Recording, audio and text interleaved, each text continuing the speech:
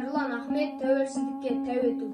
Ағылда тегіл, артында барма нағысы, бүтіндеп бойын, бүрленді бүкіл бағышы, жанданып жатыр, жарасын жалап жазатын, табанын тұздан, тоздырған түздің тағысы, қағанаттардан Қазақстанға жеткендей, қамшы салдырмас қазанаттардың шабысы, айбаты асқақ, арыстан дайын алыстым, Абылай болып, жаңыштың мысын шарыштың, Әлихан Ахмет, Міржақып Мағжан Жүсіпбек, Алталаш үшін құрбаны болған намыстың, Қайрат пен Ербол, Сәбира Ләззат көз жұмған, желтоқсандағы ызғарлы желмен қағыстым.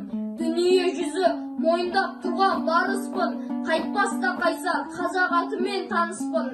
Ғалымда шыққан, билігін әлем құптаған, Марғұлан Әлкей, Имантайұлы Қаныштың, төріне барып келседі сонау ғарыштың.